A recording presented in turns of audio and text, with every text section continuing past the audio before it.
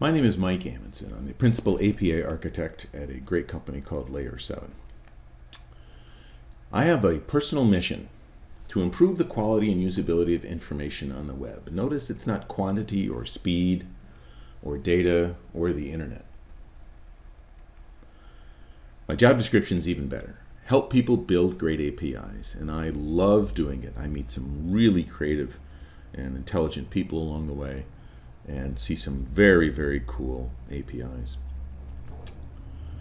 I'm sometimes referred to as the Hypermedia junkie because I spend so much time talking about, researching, and writing about hypermedia. In fact, I've done it so much that I could fill a book that's available on the topic. And I talk about this quite a bit.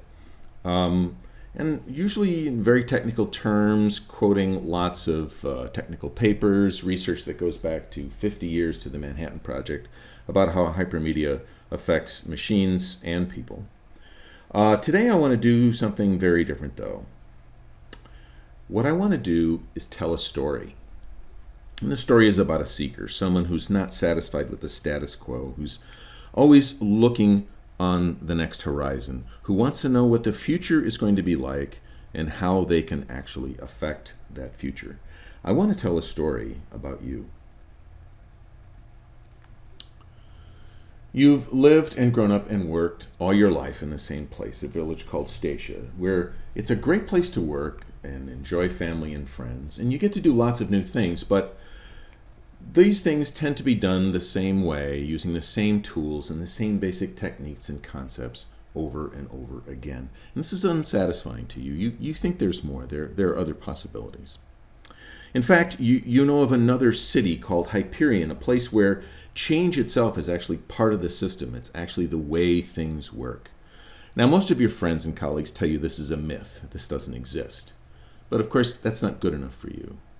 You want to go on an adventure. You want to find this place.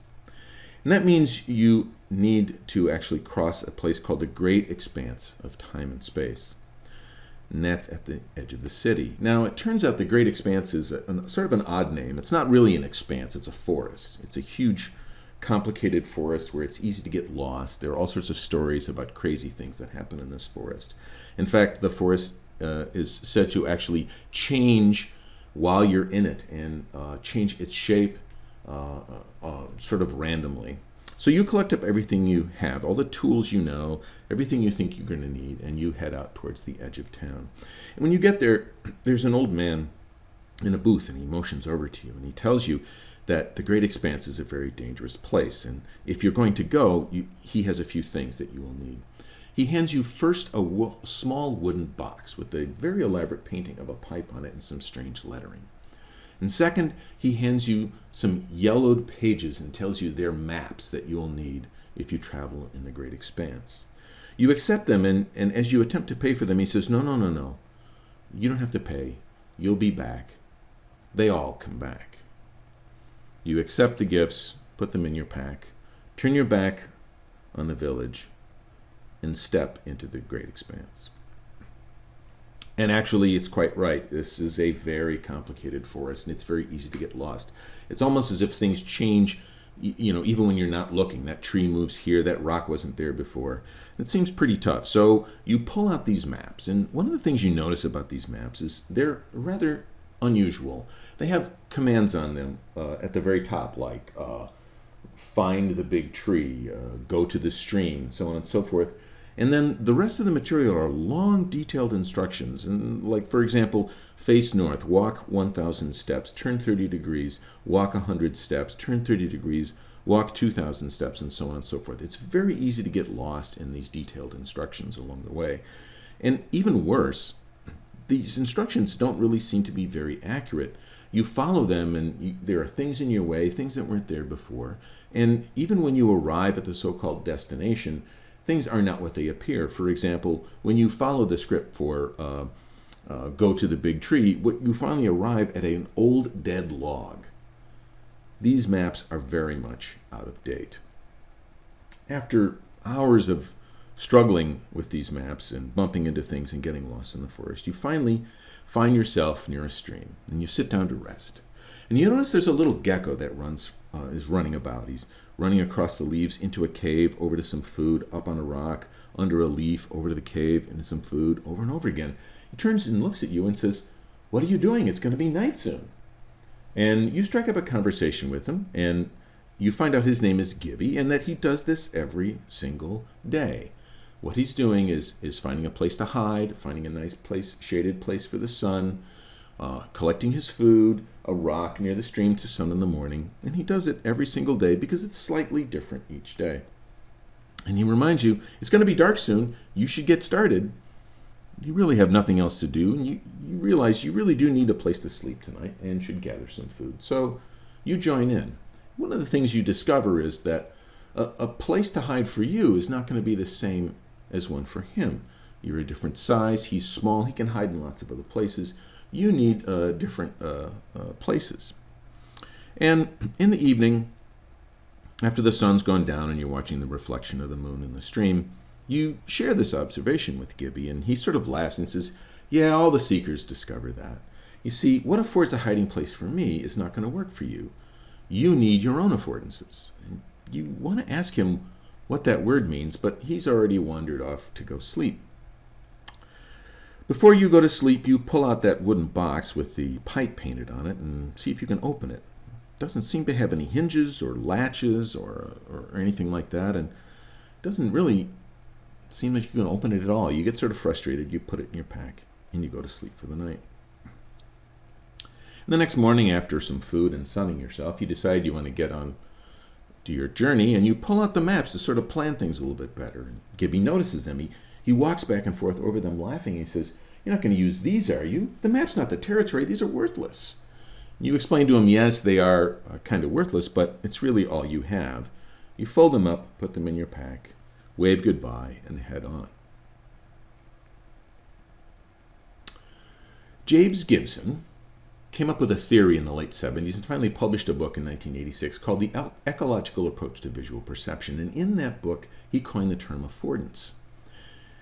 His theory points out that environments provide niches of appropriate affordances for certain animals or creatures.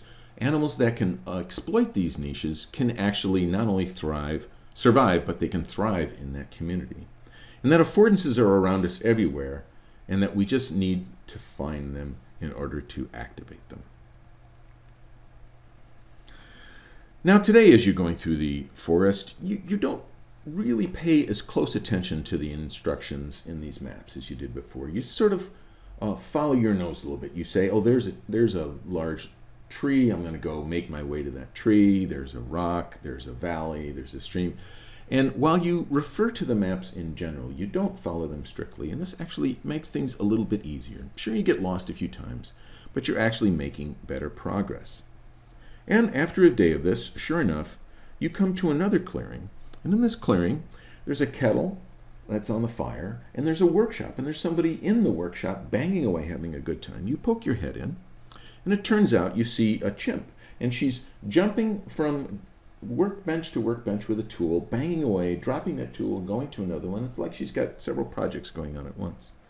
And she notices you, and she says, come in, I'm Dina. Join me." And you say, "I don't really know what you're doing." She says, Doing, I'm using tools." And she tosses you something that looks like a cross between a wrench and a handsaw. You've got nothing else to do. You actually sort of join in and start wrenching or sawing or whatever it is. And after a while, you discover this tool is kind of fun to use. And you drop that one, you pick up another one. And even though you don't know what it's meant for, you sort of get a sense of what it can do. And it starts to actually get enjoyable. And the two of you carry on for quite a while at this. After a while, you notice that Dina has slipped out and she's tending to something on the kettle, and the smell of stew kind of wafts into the workshop. You stop, you head out of the workshop as well, and she's already ladling up 2 bowls of stew, and she hands you one. And the two of you sit down and start to eat. After a while, she says, "So, did you enjoy my workshop?" And you admit that you did, that even though you didn't really know what the tools were for, after a while you enjoyed using them, and they were actually quite easy to use. It turns out that Dina is a master tool maker. The design and creation and maintenance of tools is her life's work. And she tells you that creating a tool that is both comfortable to use and accomplishes the task is a real art. And you admit that that kind of makes sense. You tell her that you've used the same tools over and over again, and you really just use the same tools whenever you come up on a new task. And she says, no, no, no, no, no. Very often when you have a new task, you should design a tool specifically for that task. And that's kind of makes sense to you. She heads off to sleep, and you decide to also pull out this box again, the pipe box, to see if you can actually work with it. And as you play around with it, you still can't figure out how to open it. And Dina looks over at you, and she sort of smiles knowingly, but heads off to sleep, and you do the same. Now tonight as you sleep, you actually have a recurring dream. And in this dream, Dina keeps running around the shop with a wooden mallet trying to whack Gibby as he jumps up and down out of the tools.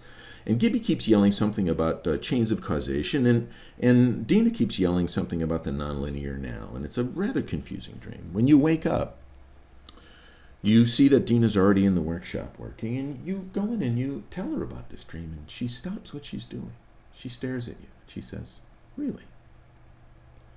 You might actually be ready for the challenge." And she leads you out of the workshop, back behind the shed, to a long stone wall with a single door on it with the letter P and a handle. And she tells you what you're looking for is on the other side of this door. And you also happen to notice that the last seeker apparently could not get beyond this point. She says, "Go ahead, go ahead." And she jumps up on a tree and waits.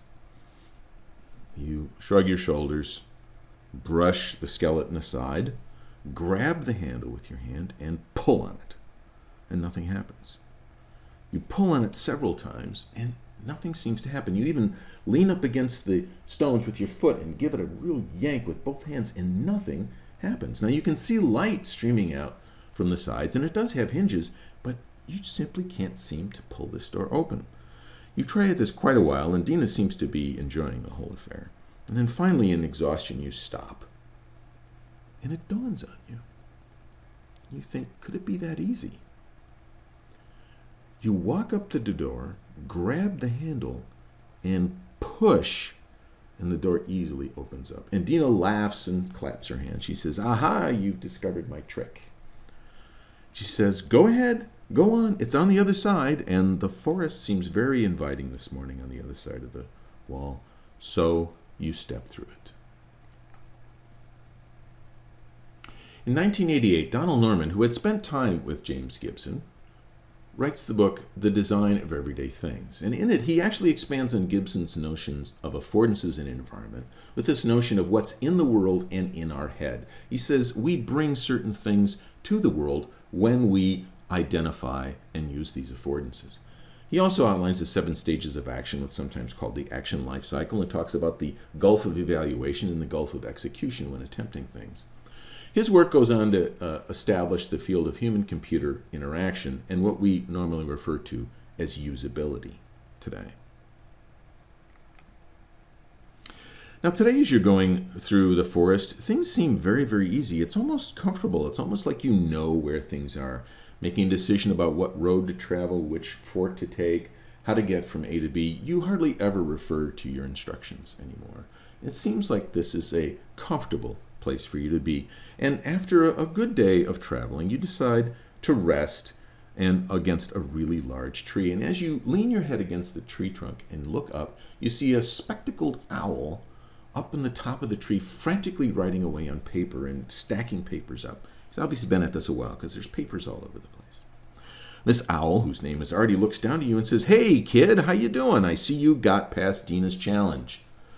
And you say yes, and you ask him what he's doing. And he says, "Well, I'm turning data into information. I have to represent it properly before it's useful."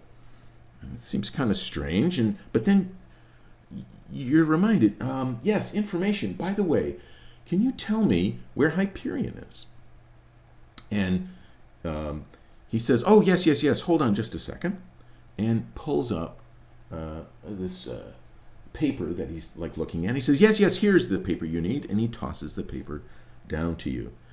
And you look at the piece of paper, and it's just a jumble of characters. And you say, this is useless. And he says, no, no, no, look carefully. He says, there's nothing but a jumble of data here. And he says, no, no, no, it's information. Look inside. And you look for a long time. And then finally you start to recognize there are actually some interesting differences in this message. And pretty soon they make sense to you. And you notice 3 commands: reach fence, enter code, toggle gate.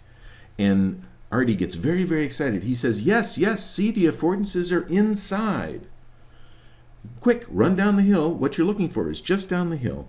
So you pack up your things and you race down the hill. In 2001, Roy Fielding publishes his dissertation called Architectural Styles in the Design of Network-Based Software Architecture.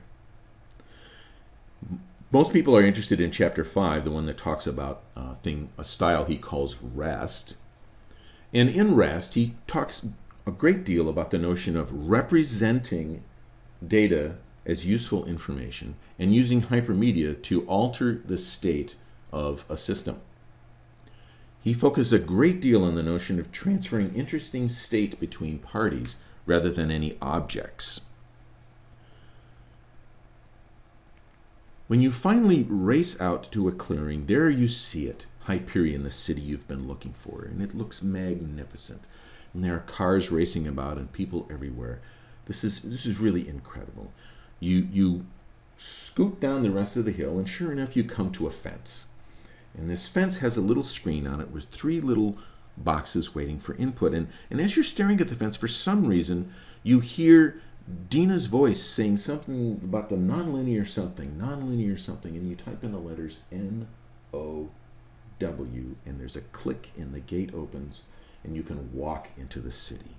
And it's busy and bustling, and people are running from place to place, and cars are going everywhere, and it's really a jumble. And finally, you stop someone and you say, listen, can you help me find a place to eat?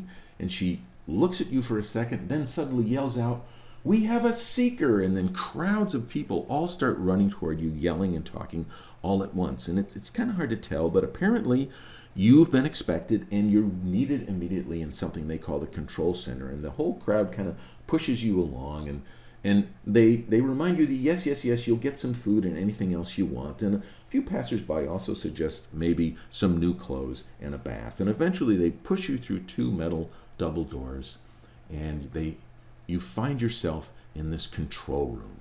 And in this room, there are programmers everywhere typing frantically away on screens.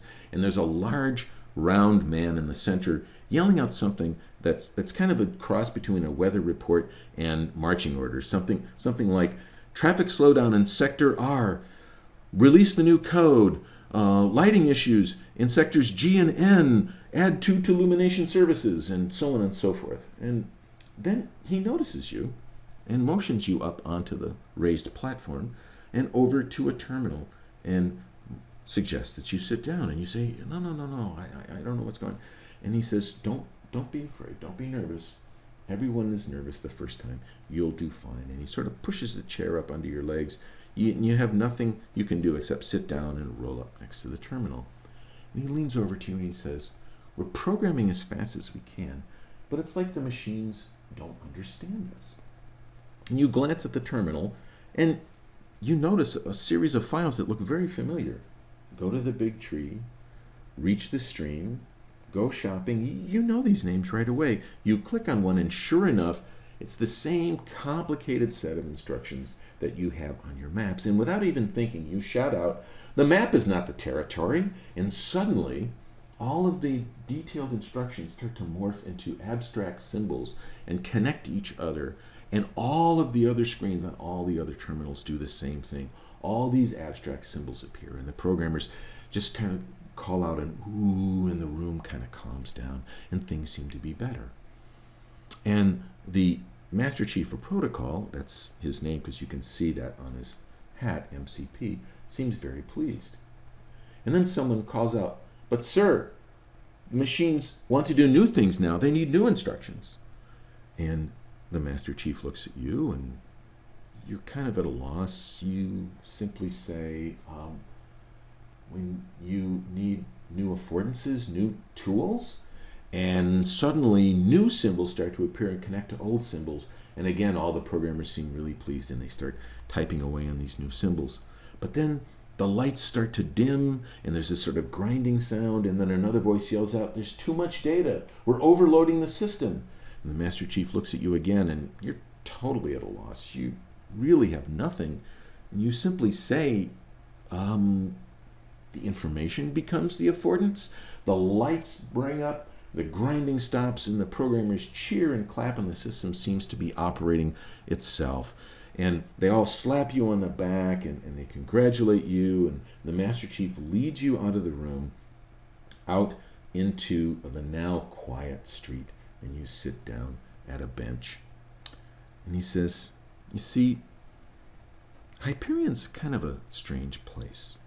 We need seekers from time to time to come and remind us how things work, to remind us that we're not chained to the limited sequel causation, and that we can be liberated by the nonlinear now." And as he says these strange phrases, you can hear Dina and Gibby's voice and see them racing around in the workshop, and you smile, and he looks at you and says, "But apparently you already knew that."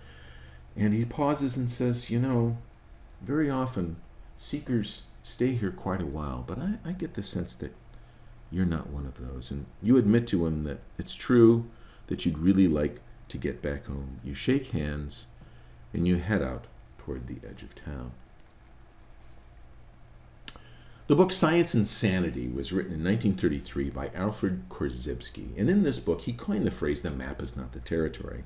Although the book is wide-ranging, it's a very thick book, one of the key points is that he says that we experience the world only indirectly. It's via our abstract symbols, our language, that we see the world, and by choosing our language, we actually choose the world that we see.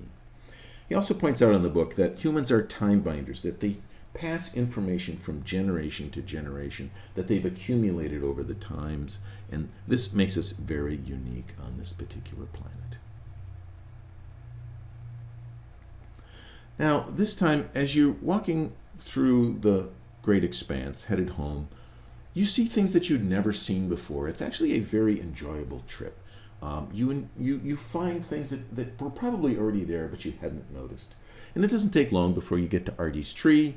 He notices you and he says, "Hey, kid, I see you made it back." And you explain to him about all your adventures. And he says, "Well, then I helped you, didn't I? Do you have a gift for me?" And without even thinking much, you reach back into your pack and pull out that silly pipe box, and you toss it up to him. And you say, "I could never figure this thing out anyway." And he looks at the pipe box, and he immediately says, "Chiche n'est pas une pipe." And you say, "What?" He says, "It's French. It says, this is not a pipe." And you say, "I knew it was worthless." He reaches around, touches some panel on the back, the top pops open, and there's a beautiful cherry wood pipe with sweet tobacco in it. He lights it, puffs, and looks down and says, "Thanks, kid." You just simply wave and move on through the forest and continue to enjoy all the new things that you had never seen in this forest before. And by nightfall, you make it to Dina's encampment, and sure enough, she's already ladling out 2 bowls of stew as if she knew you were coming. You share a meal, you tell her about your adventure. She seems very proud of you. And then after you're done, you think about it, and you reach over into your pack. You take out all those tools that you had brought from Stacia, all the tools you never even needed, and you hand them over to her as a gift. And she's really dumbfounded. And there she is holding all these tools, and all she can say is she looks at them and says, "Such a rich set of affordances I have." And the two of you go off to sleep, and you sleep a quiet dream, a dreamless sleep. It was quite wonderful. In the morning, you give her a farewell hug, and you head off, because there's one more place you want to go before you reach home. And sure enough, after a while, you get to the stream, and there's Gibby racing around doing his usual things, from hide to shade to rock to food. And he notices you, and he says, hey, did you make it?" And you say, "Yes." And he says, "Did you use the maps?" And you say no, and he's quite happy. And in fact, you rip out the maps and you hand them to him, and he walks back and forth. He says, "These are fantastic. They afford a place to hide. They can keep my feet dry. I can write on them. Thank you very, very much." And you wave goodbye to him. You don't even stop because you know you must be close to home. And eventually, after a few more hours, you make it back to Statia. And it turns out that people are actually rather surprised to see you. Even though you've only been gone, it seems, a few days, they tell you it's been years. And they ask you, "Tell us about Hyperion. What did you bring back?" And you have to admit to them that actually you brought back nothing, and you ended up giving away almost everything you have. And even when you explain to them the lessons you learned from Gibby and Dina and Artie and the things you saw in Hyperion, while many people nod, most actually don't seem to get it, and actually some think you're making it all up. But occasionally you meet at a local pub and you talk to some others and you tell them about your adventures and stories, and you can tell in some of the people in the room that it is hitting home. They are curious. They are interested in what's out there. Now, when we think about hypermedia programming, there are a few key things that we should think about. The web itself is really an environment, and it supports niches, and we can design these niches, and these niches can be these hypermedia types, these message formats. And we can design affordances in these message formats that agents can use. Agents can locate and recognize and activate these affordances when they need them. And in this way, we create a shared understanding by representing the state of the environment and allowing both machines and humans to inspect that and alter that state throughout the system. And Gibson and Norman and Fielding and Krasivsky all give us insights into how these environments and niches and affordances can create understanding in our world. And when you think about these things, and you think about these stories, it's important to also realize that, in fact, this is really not the end, but a beginning. Another beginning that will affect all of us. What we do today, the environments, the niches, the affordances we create and manipulate, and the symbols we choose to view our world affect us all and affect all of our futures.